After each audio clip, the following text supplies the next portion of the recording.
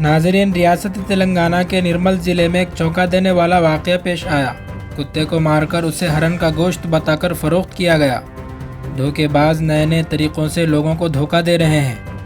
دو نوجوانوں نے مل کر کتے کی چوری کی، جس کی ویڈیو CCTV کیمرے میں ریکارڈ ہو گئی۔ پولیس نے تفتیش کی تو اصل حقیقت سامنے آ گئی۔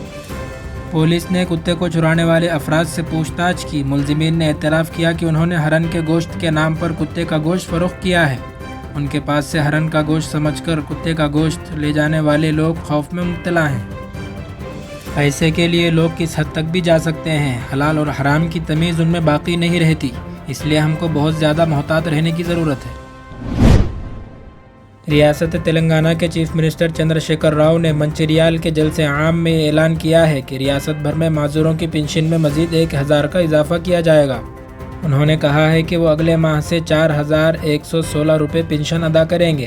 فی الحال معذوروں کو ہر ماہ 3116 روپے پنشن ادا کیا جا رہا ہے۔